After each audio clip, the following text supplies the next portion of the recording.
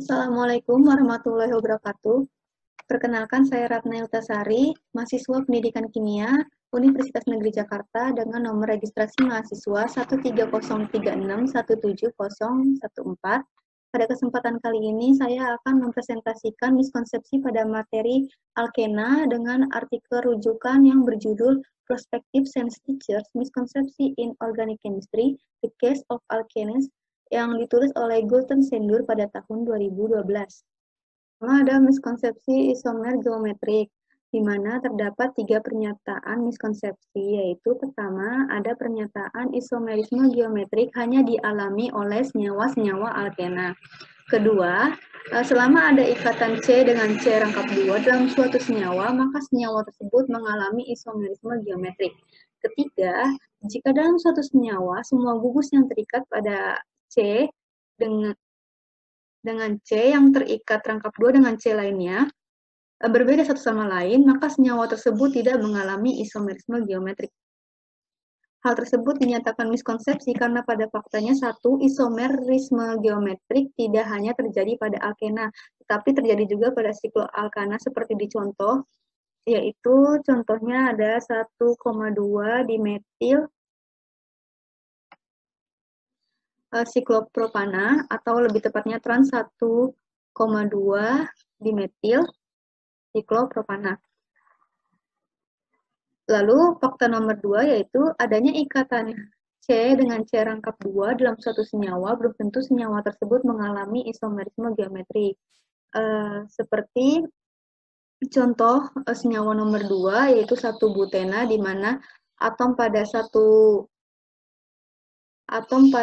C1 itu mengikat gugus yang identik, yaitu atom hidrogen, sehingga tidak mengalami isomerisme geometrik. Dan untuk nomor ketiga, seluruh gugus dalam suatu senyawa yang terikat pada C, yang terikat rangkap 2 dengan C yang lainnya, berbeda satu sama lain, maka senyawa tersebut mengalami isomerisme geometrik. Nah, untuk alkena dengan 4 substituen yang berbeda, atau 3, dapat digunakan notasi EZ, di mana E adalah engigen, yang artinya berlawanan atau trans, dan Z adalah Jusemen, yang artinya bersama, untuk cis. Jadi sebenarnya apa isomer geometrik? Isomerisme geometrik atau isomerisme cis-trans adalah suatu bentuk stereoisomer. Isomer geometri memiliki rumus molekul yang sama dan atom-atomnya bergabung atau terkonek dengan cara yang sama. Perbedaan yang terdapat hanyalah orientasi atau pengaturan atom-atom dalam suatu ruang atau dalam 3 dimensi.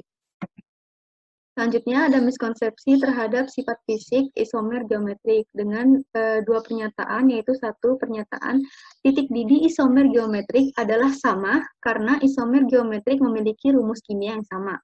Yang kedua, trans isomer memiliki titik didih lebih tinggi daripada pasangan cisnya. Faktanya, titik didih pasangan isomer geometrik tidaklah sama, seperti yang telah kita ketahui bahwa pengertian dari isomer itu sendiri adalah senyawa berbeda dengan rumus molekul yang sama, sehingga senyawa yang berbeda memiliki titik didih yang sama itu sangatlah tidak lazim. Selanjutnya, pada umumnya perbedaan titik didih ini, cis isomer memiliki titik didih lebih tinggi dari pasangan transnya. Kenapa hal tersebut dapat terjadi? Hal tersebut terjadi karena polaritas molekul dan gaya antar molekul yang mempengaruhi titik didih, seperti contoh yang saya tampilkan pada PPT, yaitu cis 1,2 dikloroetena dan trans 1,2 dikloroetena dengan kepolaran berbeda, polar dan nonpolar memiliki titik didih yang berbeda juga. Lalu selanjutnya ada miskonsepsi yang ketiga, general properties of alkenes, yaitu terdapat 2 pernyataan miskonsepsi. Yang pertama ada rumus umum semua alkena adalah CnH2n. Untuk nomor 2 yaitu Untuk menyebutkan molekul sebagai sikloalkena, cukuplah menggunakan rumus umum CnH2n-2.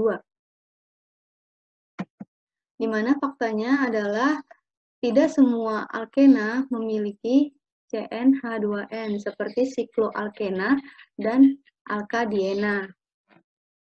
Lalu, untuk pernyataan nomor 2, tidak tepat menyatakan bahwa CnH2n-2 untuk mewakili sikloalkena, karena pada dasarnya rumus umum CnH2n-2 juga mewakili rumus umum alkuna. Lalu bagaimana cara mengatasi miskonsepsi tersebut? Caranya ada 3, yaitu menggunakan model pembelajaran yang tepat, contoh problem-based learning untuk menambah wawasan siswa dan membantu siswa menghubungkan konsep satu dengan konsep yang lainnya, sehingga pengetahuan siswa akan terkonstruk. Yang kedua ada menggunakan media visualisasi yang dapat membantu siswa memahami representasi mikroskopik, karena dunia mikroskopik pada dasarnya adalah hal yang nyata tetapi sulit untuk dipahami karena terlalu kecil. Jadi dibutuhkan media atau alat peraga untuk membantu guru menyampaikan informasi agar lebih mudah diterima oleh siswa. Yang ketiga adalah menggunakan bahan ajar yang tepat seperti konseptual chain text, di mana penulis artikel miskonsepsi alkena tersendiri mempublish juga artikel yang berjudul The Role of Conceptual Chain Text to Improve Student Understanding of Alkenes yang dipublish di RSC pada tahun 2013.